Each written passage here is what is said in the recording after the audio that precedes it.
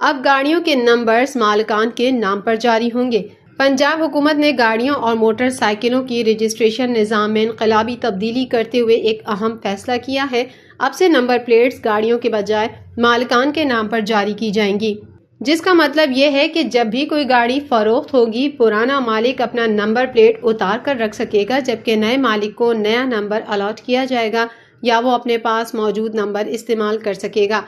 اس نظام کے تحت پرانے نمبرز کو نئی گاڑیوں پر منتقل کرنے کے لیے 500 سے 8,000 روپے تک اضافی فیس ادا کرنی ہوگی۔